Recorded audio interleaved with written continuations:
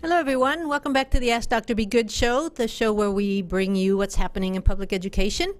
And today we're going to do a little bit of something different. First of all, I'm the only one in studio, which is a change, but I hope that the information I bring you will make it okay that I didn't bring kids with me today. I want to talk a little bit about school lunches, but I'm going to take the long way to get there. This is our 13th day of school, and I have been known to work a school lunch or two, as I did last week and the week before, and even today. Today I worked a little bit of 4th, 5th grade lunch at Mesquite. And some of the things that I see are really neat, very positive things coming in from home, or more kids eating our school lunch, which is and must be, because of the guidelines from the government, very nutritionally sound food that we offer our children. But there's some lunches that are coming that need a little bit more balance. And so that's why I'm here today on this topic. And that's because I know that a lot of times it's not our children packing their lunches. And so I want to review some of the government guidelines with you so that we can make possibly some different decisions when making lunches for our children. So we have talked about ChooseMyPlate.gov. We talked about it at the beginning of the summer when we talked about how to prepare for summer and how to make sure that our kids were snacking on nutritionally sound food. So I want to revisit going to the government website of ChooseMyPlate.gov. And one of the things I did was to hook up my computer. Now, you may not be able to see it as well as what I would like for you to, but I want you to know and be able to revisit this podcast knowing that you can click on these links, which I will include in the post after I finish up, so that you can revisit some of the things that we're talking about today.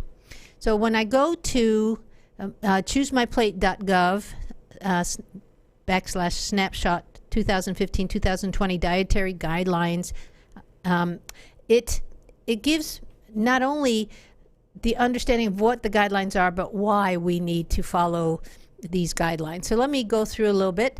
This is the dietary guidelines, the guidelines, what is healthy eating pattern, key recommendations, key elements of healthy eating patterns, shifts needed to align with healthy eating patterns, and everyone has a role in supporting healthy eating patterns. So what's a healthy eating pattern and why do we have to have one? That's a good question. As you may know, we have a chronic illness situation. I hate to ask, especially if you're driving, don't raise your hand, but how many of you have somebody, a loved one, a family friend who has cancer, had cancer, recently passed away from cancer, or some other inflammatory chronic illness such as heart disease and high blood pressure? It is, especially in some of our communities, increasing all the time.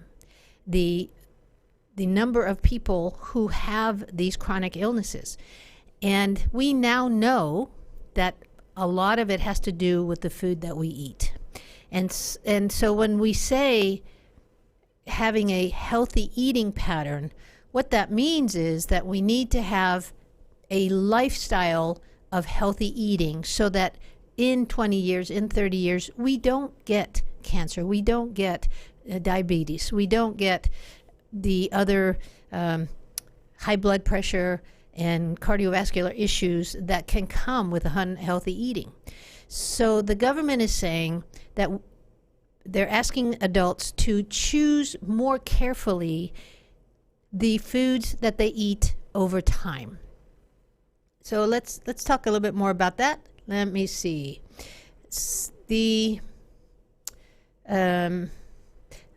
We want to choose a healthy eating pattern at an appropriate caloric level to help achieve and maintain healthy body weight, support nutrient adequacy, and reduce risk for chronic disease. We want to focus on variety, nutrient density, and amount. So to meet the nutrient needs within calorie limits, we need to choose a variety of nutrient-dense foods across and within all food groups in recommended amounts. We need to limit calories from added sugars and saturated fats and reduce sodium intake. That is probably the number one thing that we need to concentrate on. If you have something from a can or a box, you need to look at labels. You need to become a label shopper and look at how much sodium something has. Look at how much sugar and how many sugars. Sometimes it'll list 2 or 3 different sugars on the label itself. And that's not even going to the ingredient list. This is just where it tells you all the different percentages of carbos and sugars and fats and so forth. And then it says shift to healthier foods and beverage choices. And what that means is that even our juices that we like to buy our kids, because we think, because they've been marketed as healthy juices, they're not. They're very, very high in sugar. You've heard me talk, and I'll say it again only because I believe in much like a teacher, we know that our students need to hear it several times before it's absorbed and analyzed and believed. And so we need to get away from that snack mentality, for example, where we, after a soccer game, give our kids Gatorade and a granola bar and Cheetos. No, not Cheetos, Goldfish and so forth. I'm not remembering, the small yellow cracker. Just eating those and drinking those 3 things gives a child, as a snack, a third of the amount of calories and fat and sodium that they're supposed to have all day. And so helping you understand that is not the way to reward our children for soccer practice is part of my work. Water and orange slices, the best thing that you can bring them. They never use up enough enzymes and all the other things that Gatorade is supposed to replace. They never use up that much in one soccer practice or one soccer game. And so really, guys, you're falling for the marketing. We need to become savvier consumers about the health of our children. And unfortunately, we have to model it. So we now understand that a healthy eating pattern means that we must embrace the understanding that we need to eat healthier starting yesterday so that we can stay healthy and live to see our grandkids and maybe great-grandkids. Otherwise, we could have doctor visits in our future. All right, what's the next one? Consuming healthy eating pattern that accounts for all foods and beverages with appropriate calorie level. And a healthy eating pattern includes a variety of vegetables from all the subgroups, the dark green, red, and orange legumes, which are beans and peas, and so forth. Fruits, now you have to be careful. Fruits do have a lot of sugar in them. So fruits are good as a nice dessert, but it shouldn't be the go-to instead of a starchy chip. Grains, at least half of which are whole grains, because some of you may know by now that white bread, unless it says enriched flour on there, they've stripped all of the nutrients out of the wheat. So we need to really, really become more sophisticated in how we read labels so that we can make healthier choices.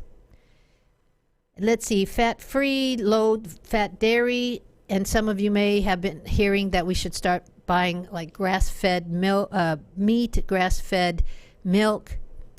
Well, you know what I mean. Cows that eat grass, as opposed to some of the processed foods that ranchers had been giving their cows.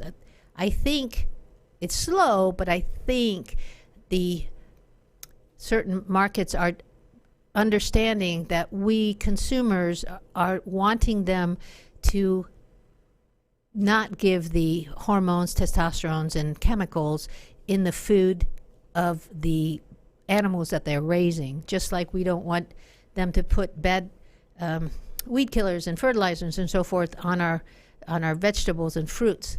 So they're starting to use less of those chemicals in our food. And why is that important, by the way? And I have actual stories. We actually had a little girl in first grade a few years back who actually started her menses in first grade. And it could be tied back to the testosterone and the hormones in the meat that she was eating. This is serious, and that's why I spend so much time talking about it, because we are seeing how this is playing out, not only in adults who are getting sick, but our children who are developing, their bodies are developing earlier because they have the chemicals in them that are developing them. Okay, and of course we want to limit saturated and trans fats, added sugars, and sodium. Anything that comes out of a box is probably not something we need to bring home. Matter of fact, when you hear the term whole food, what that means is that we really should be using just the whole food to eat. For example, on our plate, we might want to put 4 ounces of a good meat, and then 2 vegetables, maybe a salad. We're not mixing the vegetables with much else. Maybe some good butter, not margarine. Margarine is not real, folks. Margarine is chemicals. Butter comes from cows. Margarine comes from chemicals. And so I can't believe it's butter. It's not butter. So that's one of those mind changes we're going to have to decide to do. But processed foods is not only the casseroles and the cakes and the cookies. Processed foods can be things like a food like vegetables that are put in a jar. They are processed to be put in a jar. That doesn't make them bad. It just means they were handled in then more than just if we pick them up from the shelf in the grocery store and put them in the cart. The very processed foods are things like, now I'm about to break your heart, but mac and cheese. Kraft mac and cheese is one of the worst things that you can put in your cart. It has dye in it. It's got pasta. It's got fake cheese. And it's not nutritionally sound. It tastes great. They do that on purpose, folks. They make this stuff taste so good that your brain and the brain of our kids want more. And that's how they make their money. But unfortunately, it's not healthy for you, and it's not healthy for the kids. So here's another one to try to consider moving away from, and that is Lunchables. Lunchables have processed meat in them, processed cheese, and either candy or cookies. So I would encourage you to explore the site of choosemyplate.gov to see what other options you have. It's never too late, by the way. Some of you are saying, my kid is 12. He's not going to change the way he eats. If you change the way you eat, and that's the only food in the house, after a while, that's what he will eat. And so it might be harder with the older kids, but if you maybe start with a family meeting about your concern that you've heard that we need to possibly move towards a healthier eating pattern. You know, recently Aunt Sally came down with an esophageal cancer, and I know for a fact that esophageal cancer comes directly based on the American diet. Unfortunately, how do I know this? Because my husband has had it twice, and the doctor at MD Anderson told us that. So I'm trying to use the experiences that I have and the knowledge that I have to prevent all of you from having to hear that a loved one has a very aggressive cancer. And so we can move towards this not only for you, but for your children. So you have double reason. You want to live as long as your kids, right? And have them give you great grandkids. So there's every motivation, but I understand it's not easy. I understand that it's going to require a family meeting, maybe weekly family meetings, some food prep, some planning budgets together, and the website can help you with that. We have, let's see, we have here eating on a budget and create a grocery game plan. So you can plan your weekly meals, and they give you a template where you can sit with your family and plan your weekly meals. And I really like this advice. Here it says, because I would have never thought of this. The first thing it says is see what you already have. Look in your freezer, cabinets, and refrigerator. Make a note of what you currently have on hand, and you can save money by using these items in the upcoming meals. So you have some things already for next week or even this week that you can use to make a healthier meal. And then there is use a worksheet to plan your meals. So it has a create a grocery game plan worksheet. That's great for planning your week and figuring out what items you may need to buy. Create a list of recipes to try. And those you could ask your kids. Y'all could say, what are our favorite foods? Are they healthy? If they are healthy, how can we find recipes that combine those into something that we think we want to try to cook and eat? Because I'm going to give you a secret. Kids that help cook, they'll actually eat it. So visit What's Cooking for the recipe inspiration. If you need recipe inspiration, they have that. Think about your schedule. It says choose meals that you can easily prepare when you don't have a lot of time. Save recipes that take longer for days off. You can also prepare meals in advance to heat and serve on your busiest days. And then plan to use leftovers. Think about the larger recipes with enough servings for multiple meals. This can reduce the number of ingredients you need to buy and save you time preparing another meal. There are bean dishes, soups, stews, all sorts of meals that you can make extra and oftentimes, frankly, taste better the next day, right? And so you're able to help your kids plan the buying, right, of the meal prep. Then you go together to the grocery store to do the looking at labels and seeing what we can replace. We love mac and cheese, so what can we do instead of mac and cheese? Well, you might want to be adventurous. Some of you have heard that cauliflower is replacing a lot of things like pasta and rice. I use cauliflower a lot. I use it as my taco meat. I know it's foreign to some of you, but I made taco meat, cauliflower tacos last week, and I just couldn't get enough. They were so good. You put taco seasoning on anything, I think it tastes good. And I used organic corn tortillas because the flour is processed and white flour and all that. So there's lots of opportunities to be creative together with your children. They will love it. And then you do your cooking together, your cleanup together, your meal prep for lunches for the next day if they don't buy the school lunches. You can also work with the menu that we have on our Facebook page, our legacy page, and see what days they want to eat the meals at school and what days they want to do food prep. It can be a combination, but the good thing is that you're talking together as a family about food choices that might be healthier for them and their eating pattern over time, and that's huge. Okay, let's see. Our next link that I wanted to share with you, and again, it's not only about food and eating, it's about how to work the calories off, right? So as some of you have heard, the United States has a higher percentage of diabetes and obesity in our children and in our adults. And so one of the things that we want to make sure we put in here is the physical activity guidelines for all of you. So let me see. Let me go down here.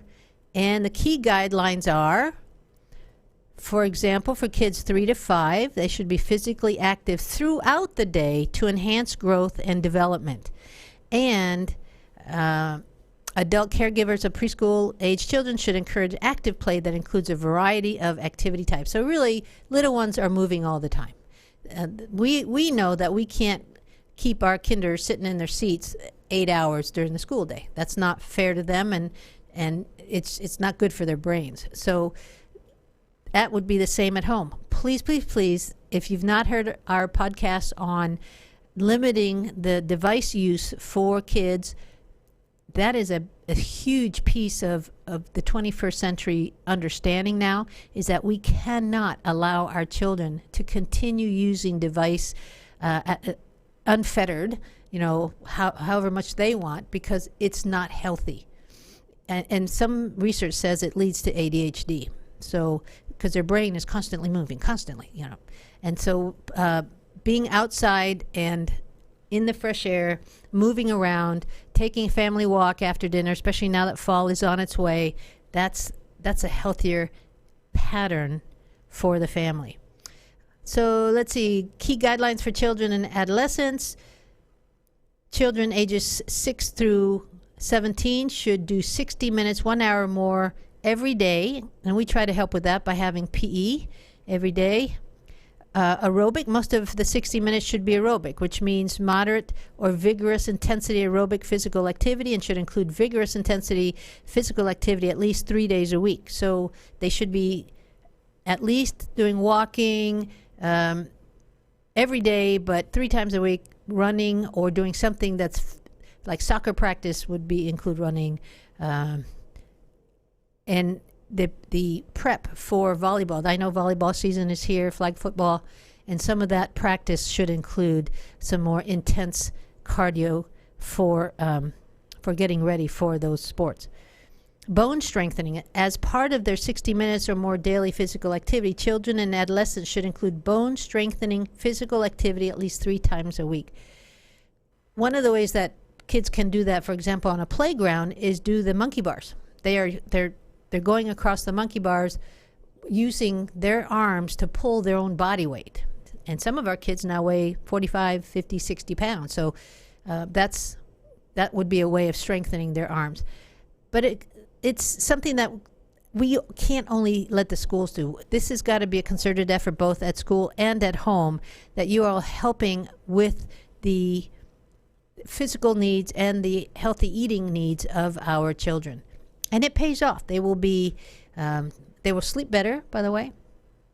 And when they sleep better, they're not as grouchy when they have to get up in the morning, and lots of other good things happening. Let's see. So what does that have to do with lunch? I started this by saying that I was going to talk about healthy lunches, but I was going to take the long way to do it. I'm now on my plate challenge number 3. It was from New Year's, but it's still valid. And there's a nice little video that I'm going to ask that we play, just to introduce the concept of not this, then what.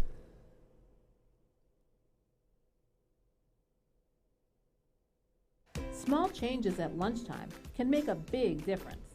Does your go-to lunch look like this? Consider something like this. Do this one time and save 13 grams of saturated fat. Do this once a week for a year and save 690 grams. Or maybe you normally have something like this. Try switching to something like this. Do this one time and save over 700 milligrams of sodium. Do this once a week for a year and save nearly 39,000 milligrams. Small changes can really add up. Share your wins using hashtag #MyPlateMyWins. So for those of you who are driving, it showed a video of making some changes. For example, instead of 2 pieces of pepperoni pizza, you might have one slice of pizza with a salad that has other vegetables in it and an apple. It's just as filling. It's more nutritionally dense, has more vitamins in it. It'll last longer. You won't feel as hungry as as soon. And so there's every reason why eating an apple instead of a bag of chips, for example, is the right thing to do. Going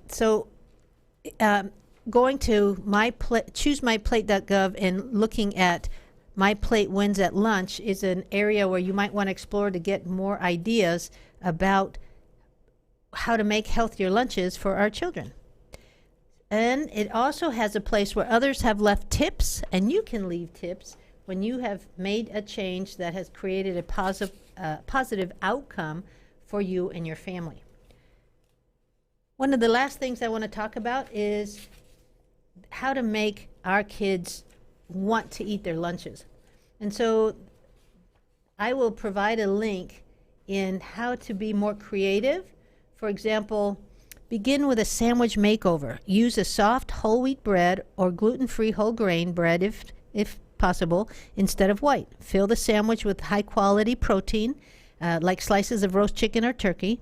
And instead of a traditional spread like mayonnaise, you might try a spread of avocado instead of the mayonnaise. And I do that, for example, when I make egg salad. I use avocado. It adds more fiber along with nutrients like vitamin E and other oxidants. Just mash half of a ripe avocado with a squeeze of lime and a pinch of salt and spread it on the bread.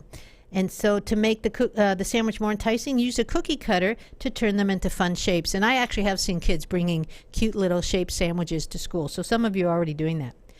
Vegetables, which are crucial to your child's growth and overall health, seems to be the toughest foods to get your kids to eat. One easy way to get them to do that is to turn veggies into mini kebabs. And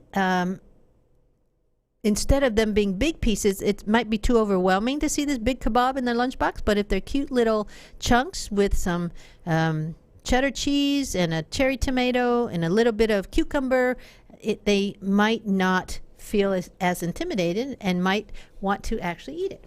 So these are some very good. This is not from MyGov, by the way, not the government. This is the U.S. News, but it's an easy recipe for healthier back-to-school lunches.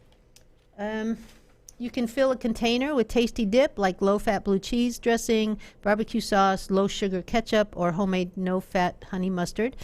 And, depending on what they already like, and include that. For dessert, berries are super healthy. Since they're already bite-sized, add interest by packing them in a cute small container. Engage your kids with tasks like wrapping up their sandwich or choosing a healthy drink. When kids pack their lunch, they're also more likely to eat it. We've gone through a lot of information in a short period of time, which is what we do every Tuesday at 3. But I hope that you will consider moving towards making small changes that will lead to a healthier eating pattern for you and your family. Added with exercise, by the end of the school year, I hope you'll be coming up to me and saying, you know what, it has made a difference. Thank you. Until next week, I appreciate you coming and listening, and we'll talk to you soon. Thank you. Thank you for tuning in to the Ask Dr. Be Good show.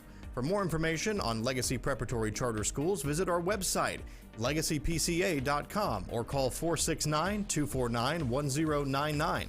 And remember to like us on Facebook, where we stream live weekly Tuesdays at 3 p.m.